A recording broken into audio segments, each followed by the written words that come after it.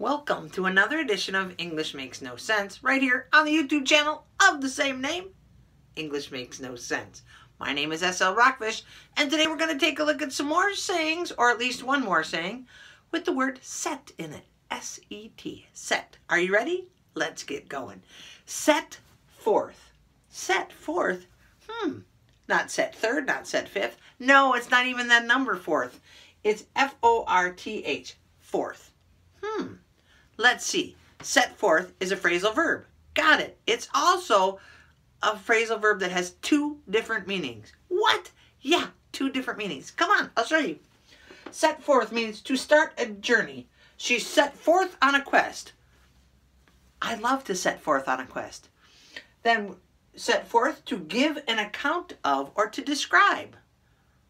For example, he set forth a great defense at the trial. He was a lawyer and he laid it all out for him. He gave an account or he gave a description of their defense. He set forth all of his reasons, all of the alibis. Got it? Set forth. Set forth means to start a journey.